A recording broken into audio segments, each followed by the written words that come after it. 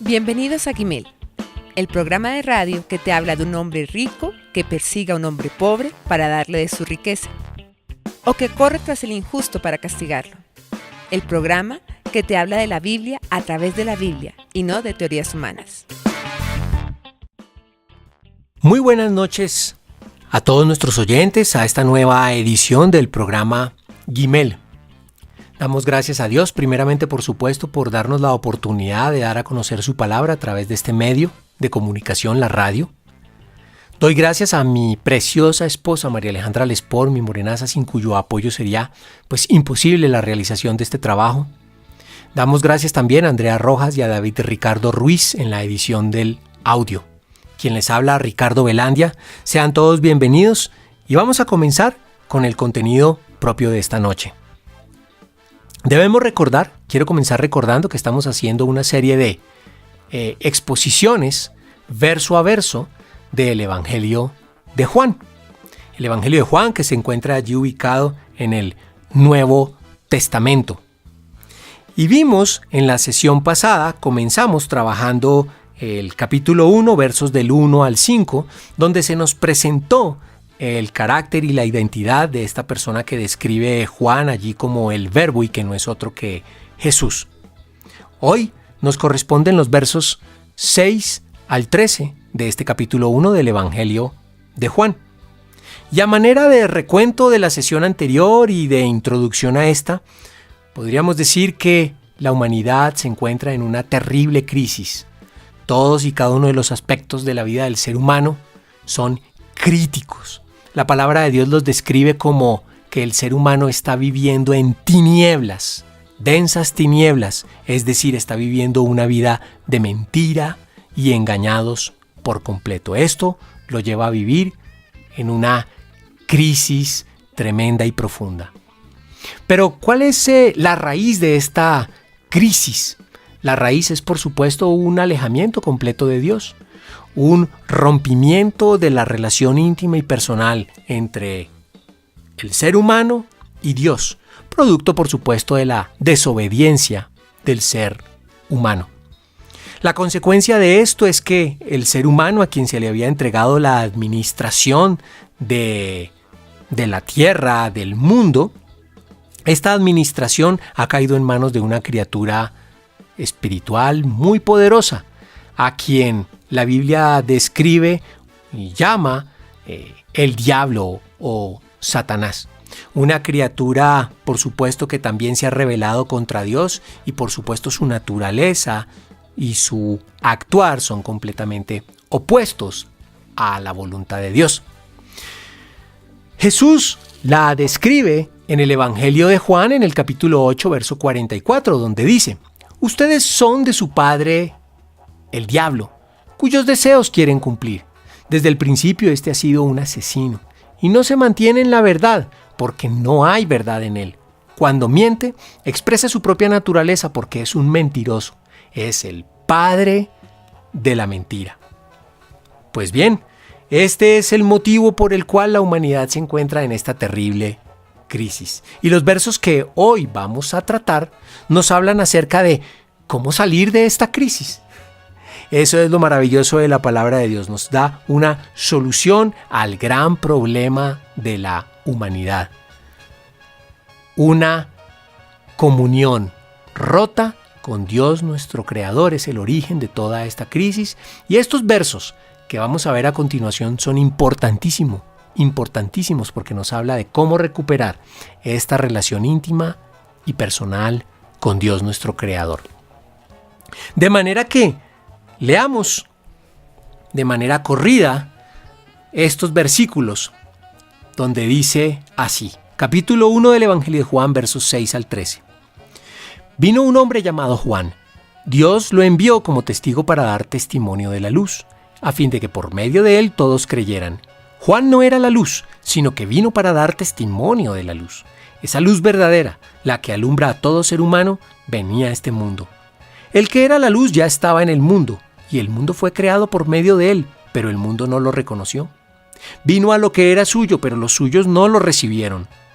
Mas a cuantos lo recibieron, a los que creen en su nombre, les dio el derecho de ser hijos de Dios. Estos no nacen de la sangre, ni por deseos naturales, ni por voluntad humana, sino que nacen de Dios.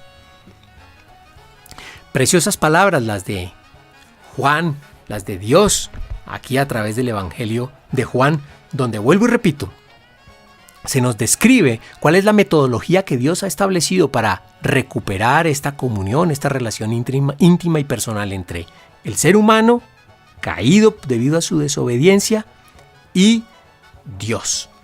Por supuesto, en contraste con una serie de metodologías que se ha inventado el ser humano y a través de las cuales creen algunos que se recupera la relación, el vínculo de comunión con Dios, pero por supuesto que no funciona. De manera que lo que primero hace aquí Juan es apelar, utilizar, insinuando una figura muy conocida para nosotros, incluso hoy en día, que es la figura de la adopción. La adopción consiste en tomar un hijo ajeno como propio en virtud de un acto jurídico, con el fin de establecer con él una relación paterno-filial. Y en un proceso, en un trámite, hoy en día, que persiga este fin, lo primero que se pide, por supuesto, es una serie de testigos, de testimonios acerca de la idoneidad, de la credibilidad que tienen esta pareja que intenta adoptar o tomar como suyo a este bebé o a este niño.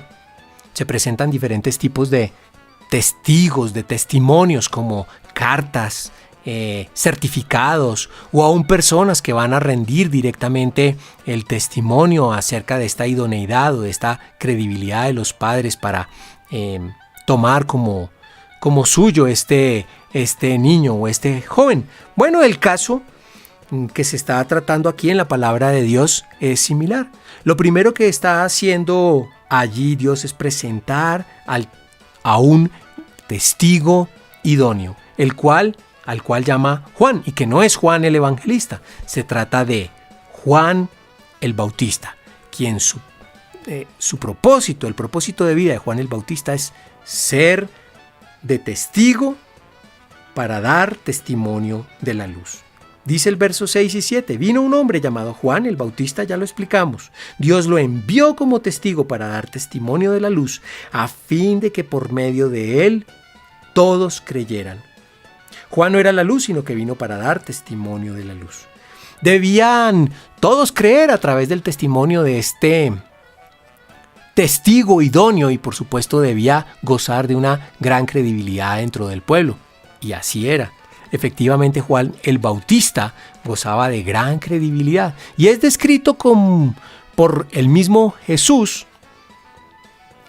de la siguiente forma allí en el Evangelio de Mateo, capítulo 11, verso 11, donde dice: les aseguro que entre los mortales no se ha levantado nadie más grande que Juan el Bautista. Sin embargo, el más pequeño en el reino de los cielos es más grande que él. Lo que está acá diciendo Jesús de Juan el Bautista es que es una persona muy especial. Dice que nadie se ha levantado más grande que Juan el Bautista. Una persona muy especial y digna de crédito dentro de su pueblo. Y efectivamente así sucedía. En la época en que Juan el Bautista vivió, se encontraba en el poder el rey Herodes, un rey cruel, deseoso, sediento y enfermizo por el poder, y aún así queriendo matarlo, porque básicamente Juan el Bautista le dijo que estaba cometiendo un acto no deseado, no agradable a los ojos de Dios, al tener por esposa a la esposa de su hermano. Le dice esto Juan el Bautista en su cara, y Herodes pues quería matarlo, por supuesto, pero no se atrevía. Y aquí vemos por qué. Mateo 14, versos 4 y 5. Es que Juan había estado diciéndole: la ley te prohíbe tenerla por esposa. Herodes quería matarlo, pero le tenía miedo a la gente porque consideraban a Juan como un profeta. De manera que Juan el Bautista gozaba de gran credibilidad dentro del pueblo. Y este testigo idóneo pues dijo muchas cosas acerca de Jesús. Voy a mencionar por ahora solo 2 de ellas. En Juan capítulo 1 verso 15 dice Juan el Bautista: Juan dio testimonio de él y a voz en cuello proclamó: este es aquel de quien yo decía, el que viene después de mí es superior a mí porque existía antes que yo. Palabras bien interesantes y bien curiosas, dado que si uno analiza el texto bíblico, llega fácilmente a la conclusión de que Juan el Bautista fue concebido alrededor de unos 6 meses antes que Jesús. Pero acá está diciendo que Jesús es superior a él porque existía antes que él, a pesar de que fue concebido 6 meses después. ¿Cómo es eso, Juan? Bueno, la respuesta es sencilla. Juan recibe por revelación de que Jesús, este niño que estaba a punto de nacer, es el Dios eterno y simplemente existía antes que él, existía antes que la creación. Dice además Juan el Bautista acerca de Jesús allí en el capítulo 3, verso 30 del mismo Evangelio de Juan, en un diálogo que está teniendo el Bautista con sus discípulos: a él le toca crecer y a mí menguar. El que viene de arriba está por encima de todos. El que es de la tierra es terrenal y de lo terrenal habla. El que viene del cielo está por encima de todos y da testimonio de lo que ha visto y oído, pero nadie recibe su testimonio. Bueno, lo que está aquí diciendo Juan el Bautista es que Jesús viene del cielo.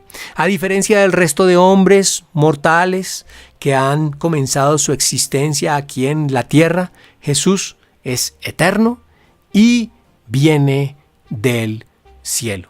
Esto es lo que está diciendo Juan aquí a través de estas palabras. ¿Y por qué está buscando Dios? ¿O por qué envía Dios mejor a este testigo tan especial, idóneo, que goza de tanta credibilidad delante del pueblo?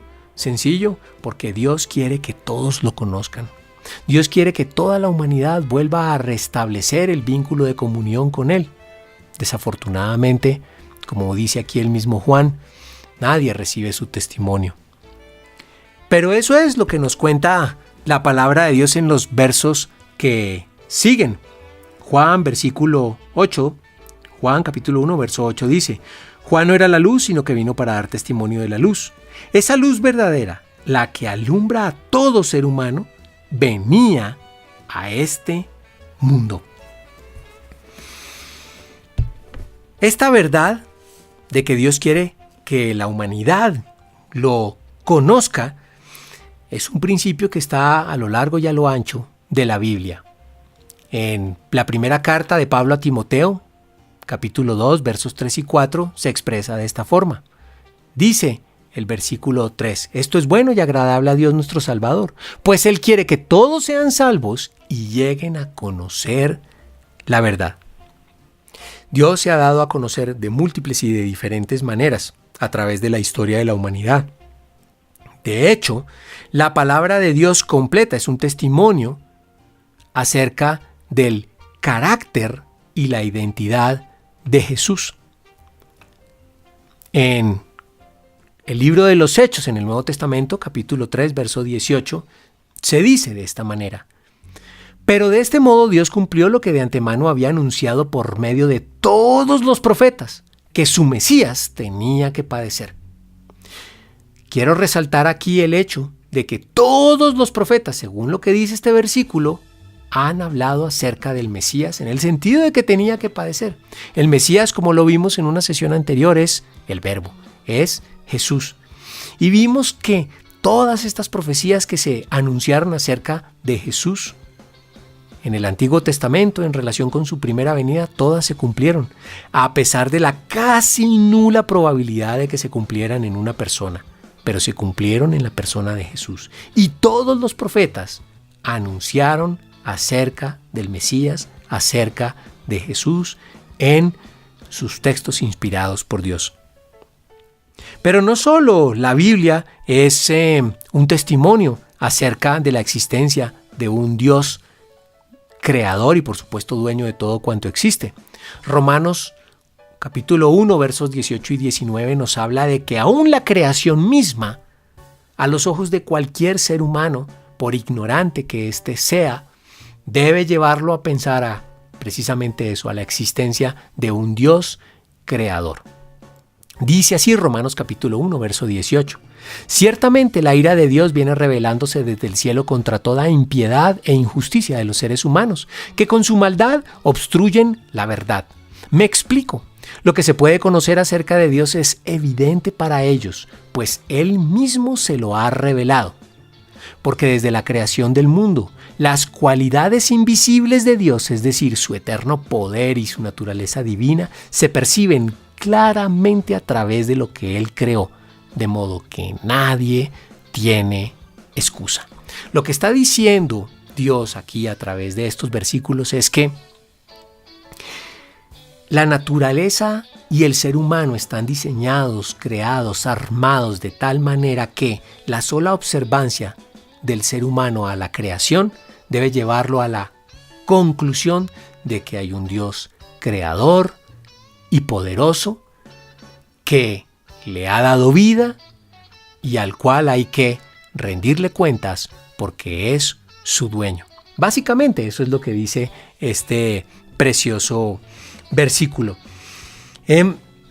Pero siguiendo con la lectura, lo que encontramos es que la única forma de recibir testimonio de la creación, de la palabra de Dios y poder así restituir nuestra relación con Dios, esa restitución de esta relación íntima y personal entre el ser humano y Dios se logra solo a través de Jesús y el método es el que se expone aquí a continuación. Sigamos leyendo entonces en el versículo 11 y 12. Dice: vino a lo que era suyo, pero los suyos no lo recibieron. Mas a cuantos lo recibieron, a los que creen en su nombre, les dio el derecho de ser hijos de Dios. Aquí está expuesto el método de Dios para restituir nuestra relación con Él. Y básicamente consiste en apropiarnos de la identidad de Jesús para poder pertenecer a la familia de Dios. Apelando nuevamente a esta figura de la adopción, porque dice allí que les dio el derecho de ser hijos de Dios, vale mencionar que la Biblia ya habla y de manera específica acerca de esta figura. En la carta de Pablo a los Gálatas, en el capítulo 4, verso 4, dice así: pero cuando se cumplió el plazo, Dios envió a su Hijo, nacido de una mujer, nacido bajo la ley, para rescatar a los que estaban bajo la ley, a fin de que fuéramos adoptados como hijos. Somos adoptados, acogidos como hijos de Dios si cumplimos con un requisito que tiene, por decirlo así, un ingrediente doble. Dice allí el verso 12: mas a cuantos lo recibieron, primer ingrediente, a los que creen en su nombre, segundo ingrediente, les dio el derecho de ser hijos de Dios. ¿Qué es creer en el nombre? Por supuesto, en el nombre de Jesús. Bueno, creer en el nombre de Jesús es creer que Jesús es quien la Biblia dice que Él es. Vimos unos importantísimos caracteres de la identidad de Jesús, del Verbo, en estos primeros versículos del Evangelio de Juan. Dice allí que en el principio ya existía el Verbo, es decir, Jesús es el Dios eterno que existía desde antes que comenzara a existir el universo. Y el Verbo estaba con Dios, es decir, este Jesús es quien tenía un diálogo inteligente y cordial con Dios. Y dice, terminando el versículo 1, y el Verbo era Dios. Es decir, Jesús, desde antes de la creación, es Dios, era Dios, hoy en día es Dios y sigue siendo Dios por toda la eternidad. Y dice que Él estaba con Dios en el principio y por medio de Él todas las cosas fueron creadas. Sin Él nada de lo creado llegó a existir. Es decir, Jesús, como vimos en la sesión anterior, es indispensable en el proceso de creación. En Él estaba la vida y la vida era la luz de la humanidad. Solo a través de Él el ser humano puede volver a restablecer su comunión con Dios.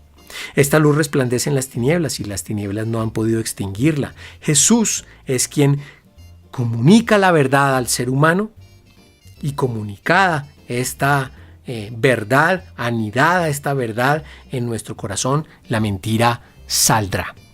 Bueno, esto es lo que básicamente hay que creer acerca de Jesús. Hay muchas otras características que veremos a medida que vayamos avanzando en el estudio del Evangelio de Juan, pero al menos estas que se nos han revelado a través de estos primeros versículos, debemos creerlas y, dice el texto, recibirlas, es decir, vivir una vida conforme a estas verdades. Ese es el doble ingrediente: creer y recibir.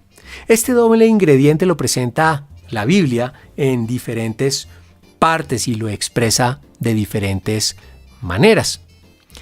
Por ejemplo, allí en el libro en la carta a los Romanos, capítulo 10, versos 8 y 9, lo expresa como ese doble ingrediente entre creer y confesar con la boca. Dice así: ¿qué afirma entonces? Cerca de ti está la palabra, en tu boca y en tu corazón. Esta es la palabra de fe que predicamos, que si confiesas con tu boca que Jesús es el Señor y crees en tu corazón que Dios lo levantó de entre los muertos, serás salvo.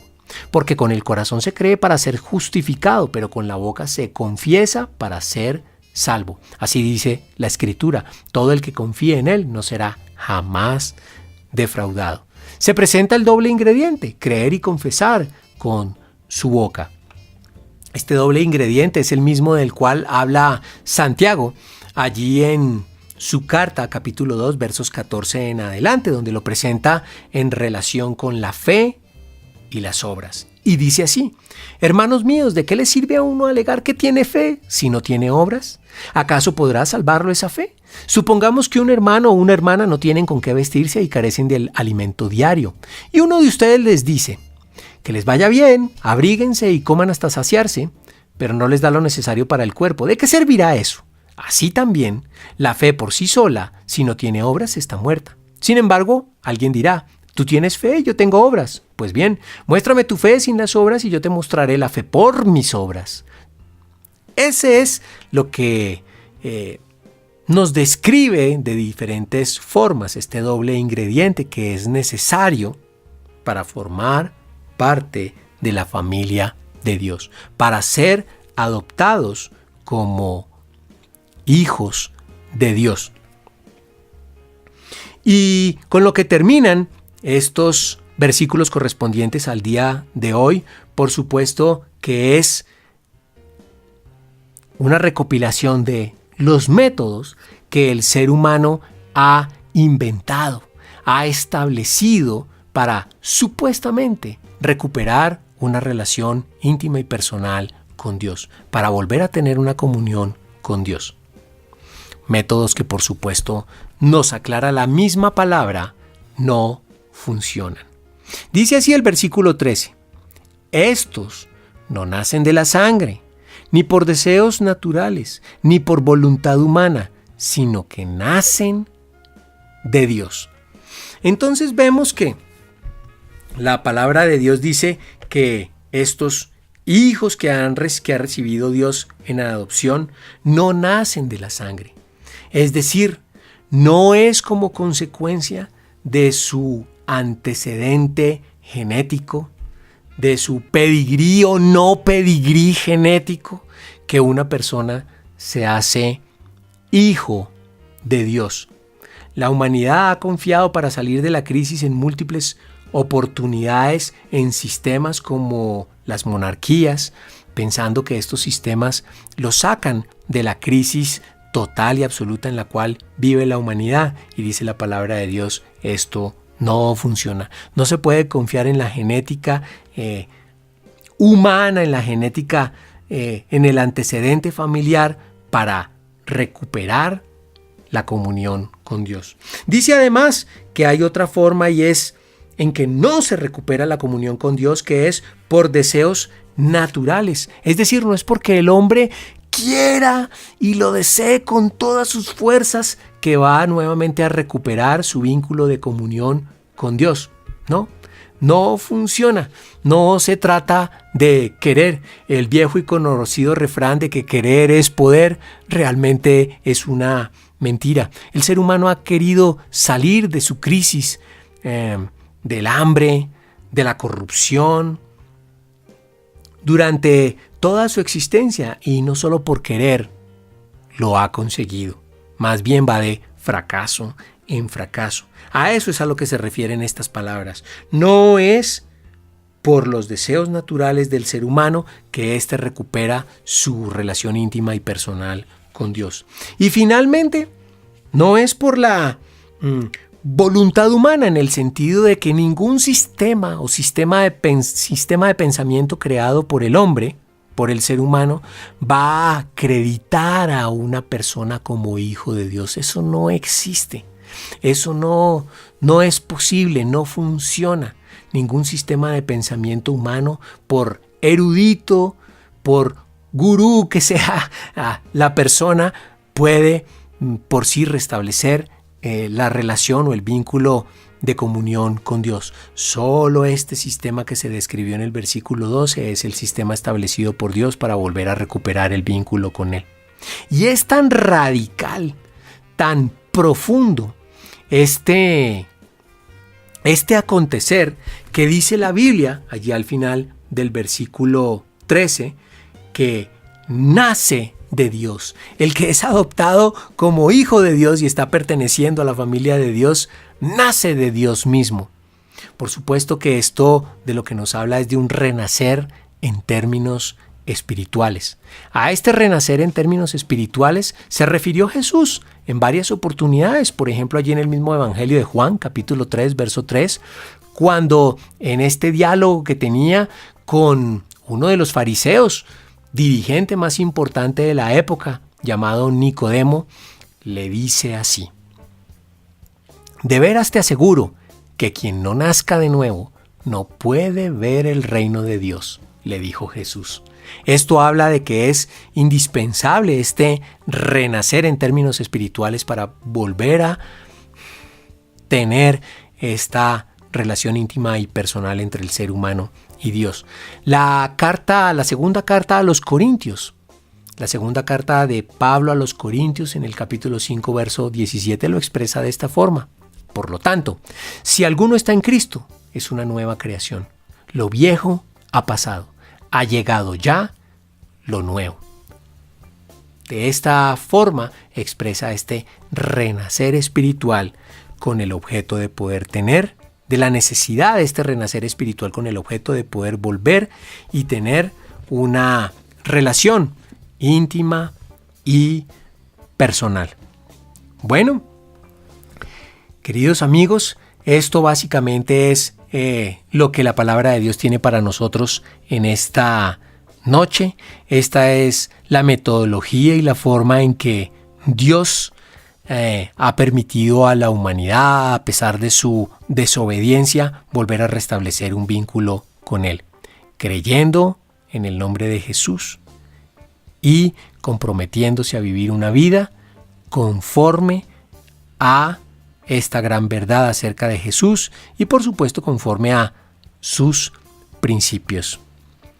Por hoy dejamos aquí. Esperamos que esta palabra, estas verdades que nos transmite la Biblia, hagan nido en lo más profundo de nuestro corazón y comencemos no solo a conocer a Jesús, sino, por supuesto, a recibirlo en nuestro corazón. Muy buenas noches.